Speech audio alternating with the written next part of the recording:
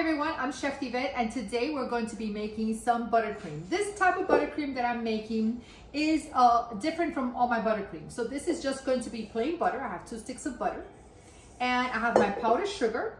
I have my water in case the frosting becomes a little too hard, and we're just going to whip this up into a nice buttercream. Now this is called buttercream. Why? Because it's 100% butter.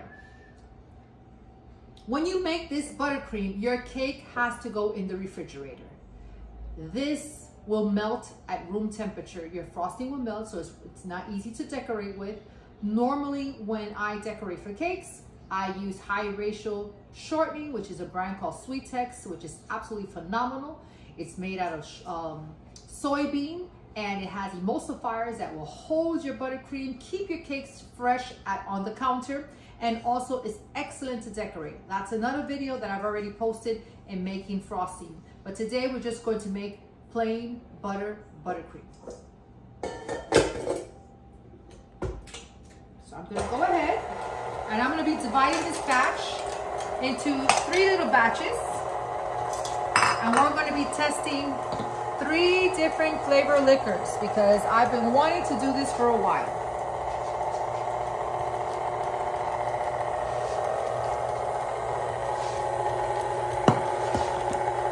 You can sift your sugar if you want for this, but it is not necessary.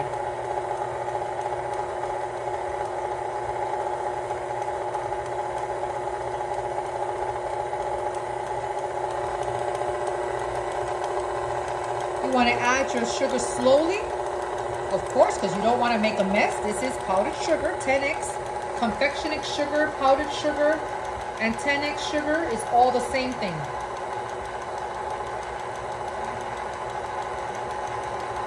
You can use milk instead of water.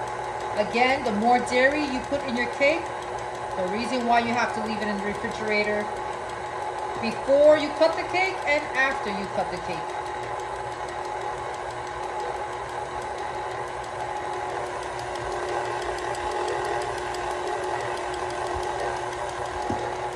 Before I add any water or any milk to this, I'm going to get all my sugar in there because butter already has oils. Well, it doesn't have oils, but it already has moisture. It has already liquid in it.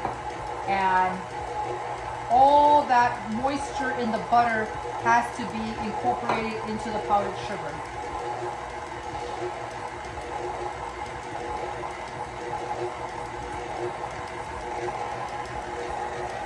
You do want to stop this every once in a while.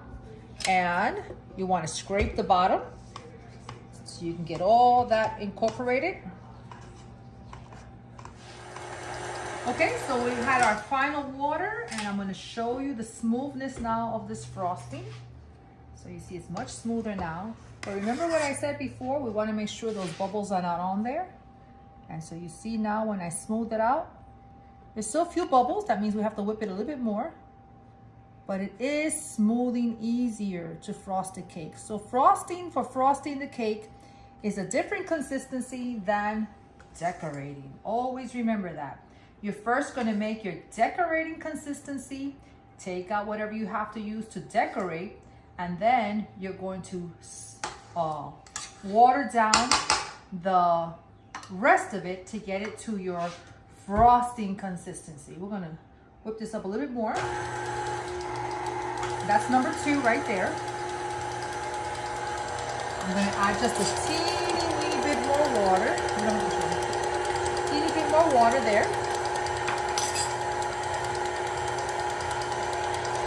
And then we're going to get this divided into 3 bowls. And let's taste these flavors. I'm experimenting today with these liquors that I thought would be absolutely delicious. I have here some white chocolate country cream.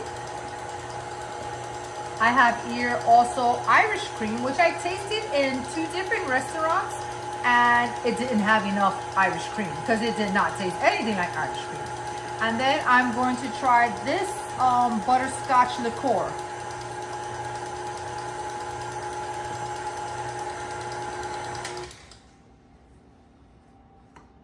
I do have 2 testers here today that will be testing this for me, and so we'll be filming them as they test the flavors of these frostings and see which one they would like on the delicious sour cream pound cake that I made today.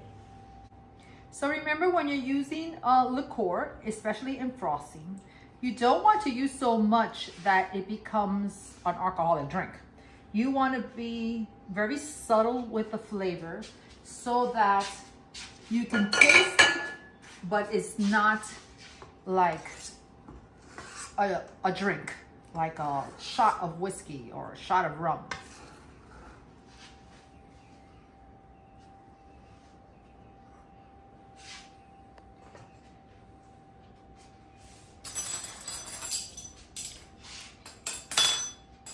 Oh my God, that smells delicious. And I'm gonna start with a 1/4 teaspoon. Oops, oopsie. That's all I have to say for that one, oopsie. Okay, and then we're gonna go ahead and stir this around. Oh, this smells just like the bottle. So we're gonna keep that just the way it is. No more than that. Remember, we're sampling them, so I'm gonna keep this here. And then we're going to go to the next one. Let me clean my spatula so we don't have no flavor of the white chocolate. Clean my little 1/4 cup tool here. There you go, that's gone. And let's do the Irish cream.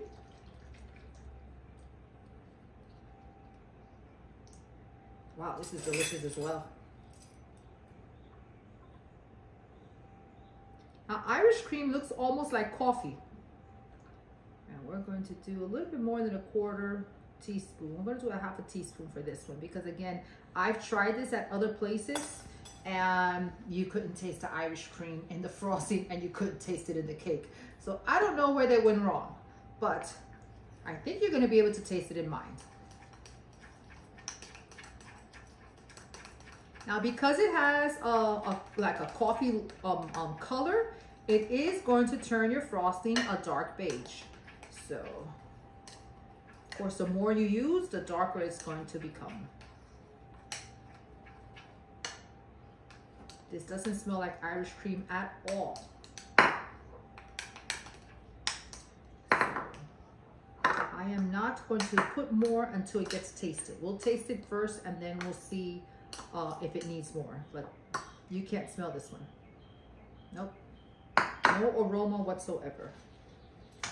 I'm going to clean my little tool here. Not like the white chocolate. Oh my goodness, can you smell that white chocolate? Wow. All right, let's go with the butterscotch.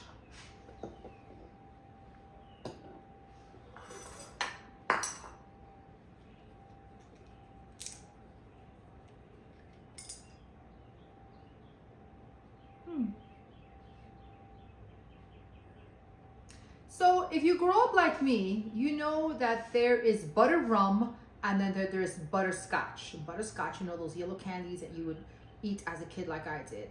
This smells like butter rum, not butterscotch. But we're gonna try it to see what happens, okay? So it says butterscotch, but I'm telling you right now, I've had them both. This smells like butter rum. But we'll see what happens with the frosting. This has no cream in it, like the white chocolate had cream in it. The Irish whiskey has cream in it. This has no cream in it. So we're going to just use a 1/4 teaspoon because this is pure alcohol and it has no cream. So it's not mixed with anything, right? And we're going to stir that up. So I did just a 1/4 teaspoon to this, just about a 1/2 cup, if not less, of frosting in each of these bowls.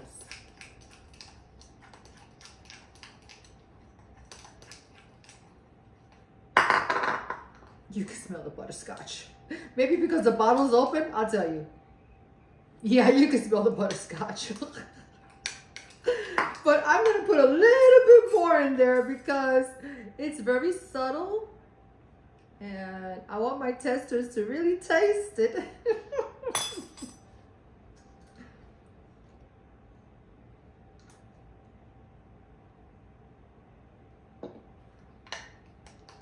Let's mix that up really good.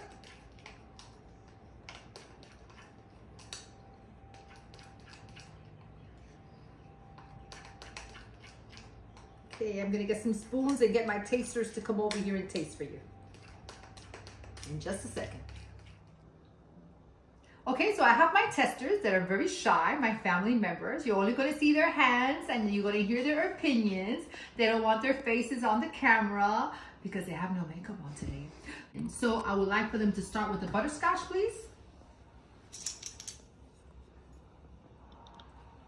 Start with the butterscotch, please. I have to give them instructions twice. Can you taste the butterscotch? That's really good. Does it taste a lot like liquor, or you just taste the aroma, taste the flavor? I taste the butterscotch. It tastes really good, and the frosting is really soft. Delicious. Can I have it all? Not yet. All right, let's grab a second spoon and let's do our Irish cream.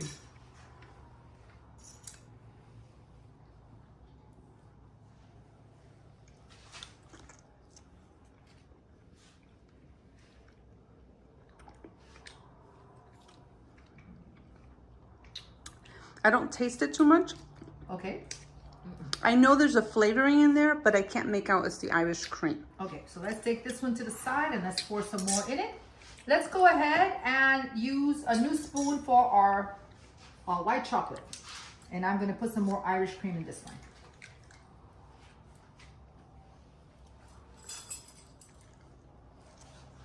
Now this Irish cream, we started with a half a teaspoon, so I'm gonna put another half a teaspoon to this small batch.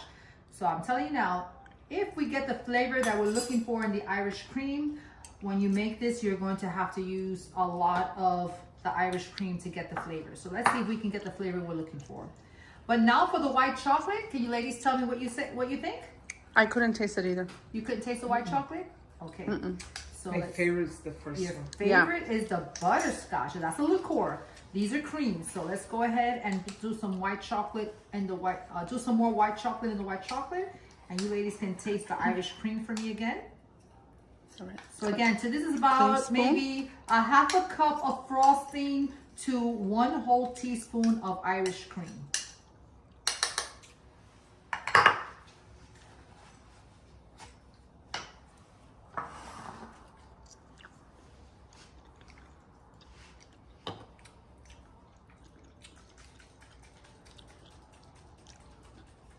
You still can't taste it? How about you? No, still can't taste The it. sweetness of the buttercream is kind of gone, so you know there's a flavoring in there, but you can't make out what the flavoring is. Okay, then we're going to try some more Irish cream in the Irish cream. We're going to go ahead and, since you said the same thing about the white chocolate, I'm going to go ahead and put 3/4 of a teaspoon instead of a half into the white chocolate. So we know the butterscotch is a winner. So let's put that one here to the side. And let's whip this one up. So I would tell you that the Irish cream frostings that I have tasted in different bakeries, their Irish cream didn't even look that dark. So you know that it has less that I'm putting in. But I want to perfect this Irish cream frosting. And my white chocolate. Okay, so this has the first half a teaspoon, and it has now 3/4 of a teaspoon. And you see how soft it's gotten? We can't have it get that soft because what's happening now is that the alcohol is breaking down the butter. So I need to put a little bit more frosting in there.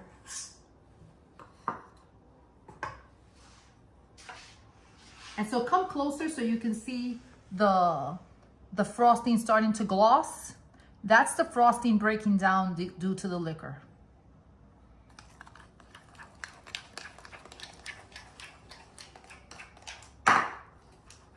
Now maybe if I had some shortening and I would do this with the sweet text with my high ratio shortening, the breakdown wouldn't happen. But since this is 100% butter, that might be the reason. And we are testing today, right? This is a test day.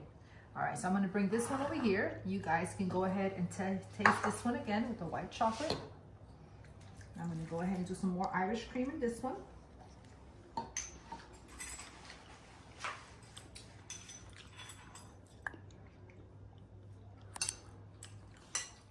Okay, Okay, ladies, go ahead and taste the white chocolate again. We've added some more liqueur. It's not liqueur, cream to it, the white chocolate cream. Tastes like coconut.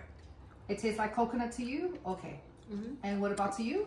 Yeah, it has a subtle note to it, but I can taste almost, like a little, like if it was like a coconut flavor. Okay. So we know that naturally white chocolate doesn't have much flavor. It's very subtle. I mean, it's not even real chocolate. So we know that there are mixtures into this white chocolate, which are creams and different flavors to make the white chocolate liquor, the cream. But if you're feeling that nutty, coconutty flavor in it, then we have hit the spot. That's what we're looking for. Okay, so let's go ahead and try the Irish cream again. I've added another ½ teaspoon. So far we have in here 2½ teaspoons and that little bit of frosting of the Irish cream. I'm hoping that we can taste something.